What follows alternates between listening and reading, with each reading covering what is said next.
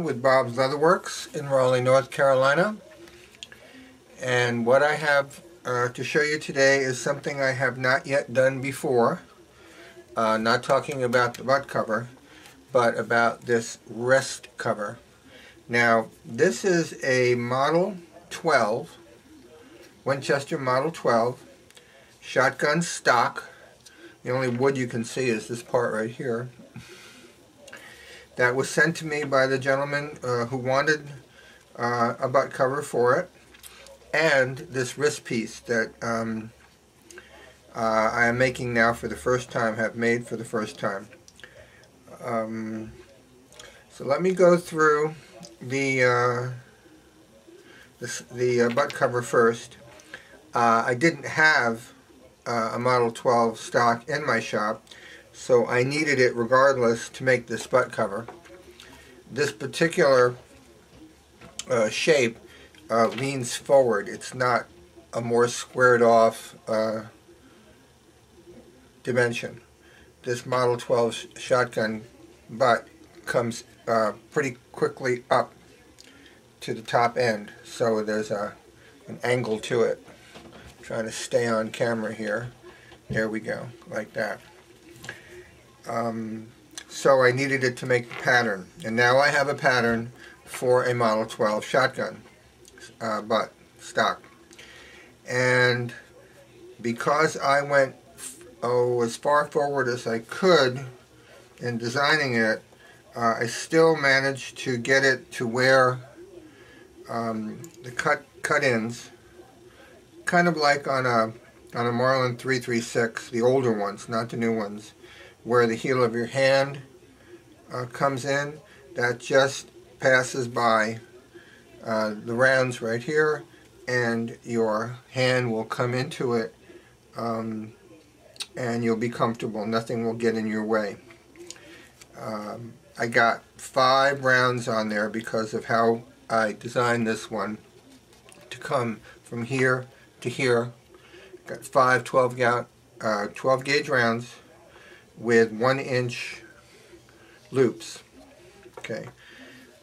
His initials are on here, EIB, and there's an American flag stamp right here too, underneath the center round. Laced on with 5/32 Latigo lace. Okay.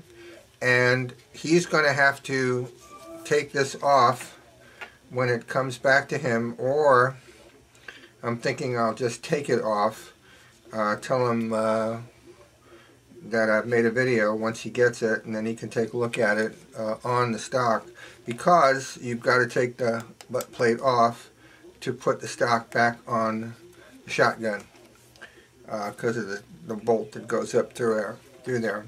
So most likely what I'll do is when I send it to him, I will take the cover off, and of course the lace will be in there.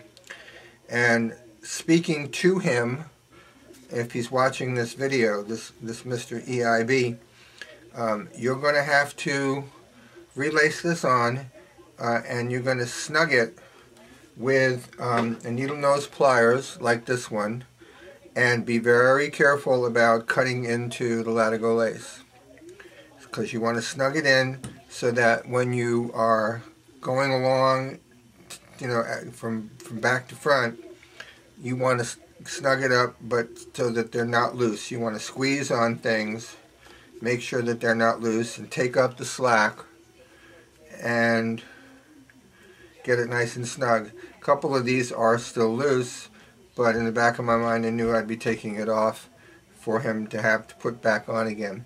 And there's a big bow on here, so if there's any extra that you don't want on there, finish it off with your own knot, and or you can just leave this big bow like I have here.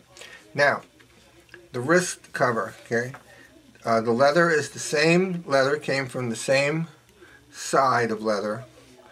So the dye that went into both of them, the result comes out the same color. This is 5/6 ounce vegetable tanned leather. Now, here, this is the lacing that I use for putting on leather wraps, and also on the slings that I make. This is waxed lace, and it is it's not a monocord. You know, it's braided, but then it's imbued with a heavy wax. And these two needles that are sticking in here right now are blunt needles. So there are holes punched in this. When I make a pattern, I fit it on there, I see that it's going to clear, you know, where the tang from the shotgun is going to come up under and meet here in this little hole, this little scoop out in the wood. And of course this is up. So under here, this is where it will meet the shotgun, and this is laced up in here. Let me get as close as I can and hopefully will not lose focus. So you can see, again, a nice snug fit baseball stitch, and this is not turning. This is squeezed on here and formed to it.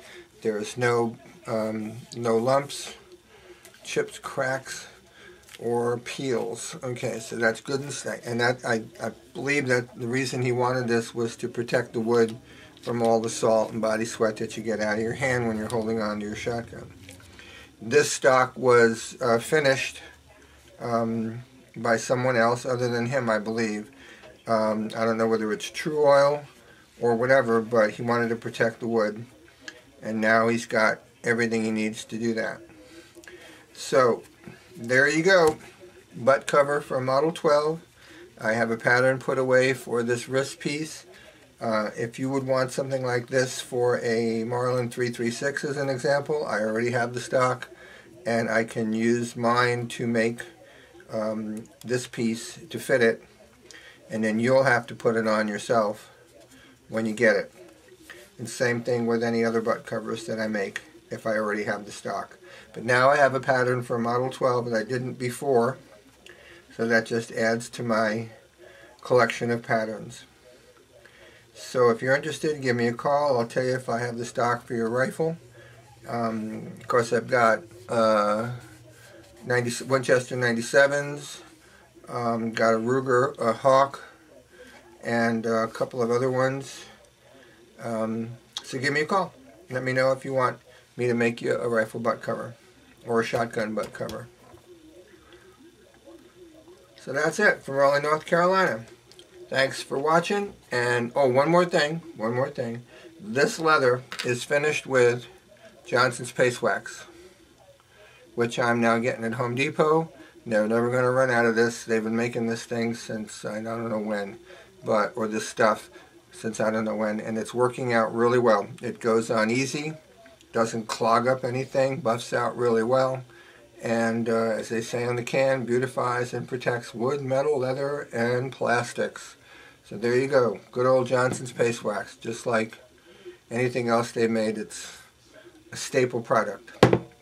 Not available in Walmart. They don't sell it there, strangely enough, but it's in Home Depot. So there you go. Now I can say, have a nice day. Thanks for watching, and if you want to call me or order anything, all the information is on the end titles of the video. Take care. Bye-bye.